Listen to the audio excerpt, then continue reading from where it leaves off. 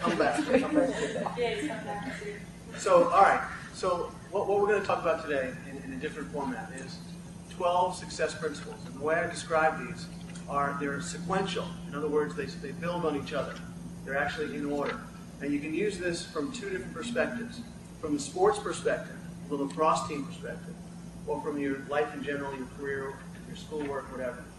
So what I'm going to try to do here in a short hour is work with you to go through the 12 steps. It's not a 12-step program. You don't have to stand up and say, "Hi, my name is Jamie and I have a problem." That's not part of it.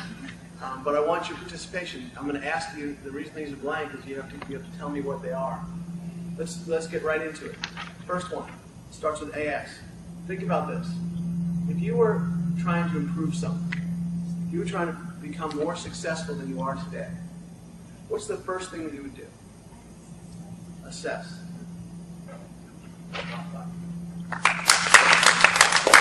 Assess. You assess. Now when you assess something, and now in this case you're assessing yourself, what are the things that you think about? What are the things that you need to put on a piece of paper? That's what you're going to do.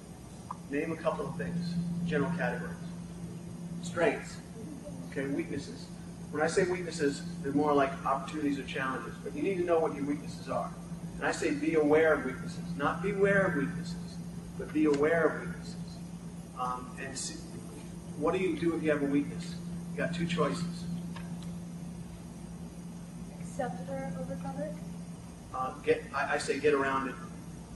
Figure out a way around it. For example, in college, I was terrible at foreign languages. I mean, just awful. My brain didn't work that way. So what I did was I changed my major to be a management major, which didn't require foreign languages.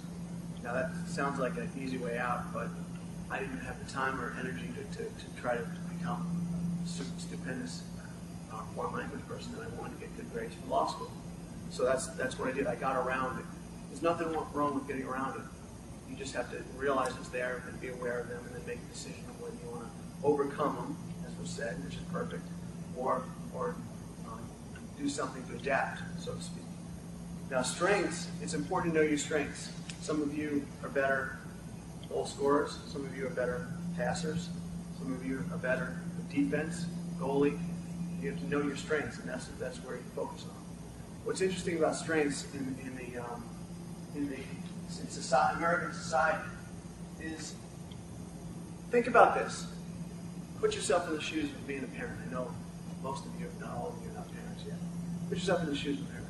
Your child comes home, and they have 1 A, 6 B's, and a C. What are you going to do?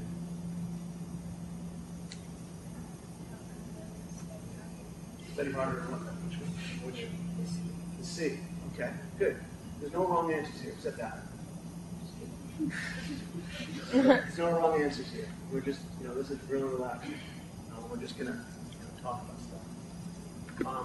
What? Might you get a tutor for the C? Okay, good. You get a tutor for the C. But the person, you don't get a tutor for the A, because they already have it.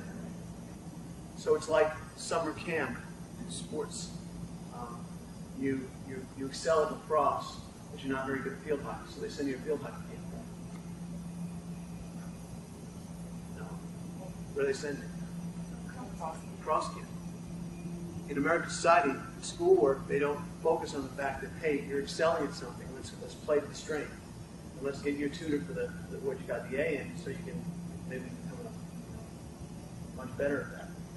In Israel, for example, they would get you a tutor for the A. So it's just a different way that society looks at things. But the American society looks at it the same way, because you get, for sports, for example, in the summer, you get the same. So that's, you're assessing strengths. So you need to know your strengths. You need to know your weaknesses. What else do you need to know? And this is in choosing any sort of, let's just say ability, intelligence, and talents. You need to assess those. You need to put them down and figure them out. Okay? So that's assessment. And you need to do an honest assessment, whether it's assessing a teammate, if you're a coach, or whether it's assessing yourself but one of the things you do is you ask other people. Make them comfortable helping you. This is especially important for the first years. Make your teammates comfortable helping you. Sometimes it's very difficult to hear criticism, but the only way you're going to be able to improve is to listen to what's being said if you find it to be valid.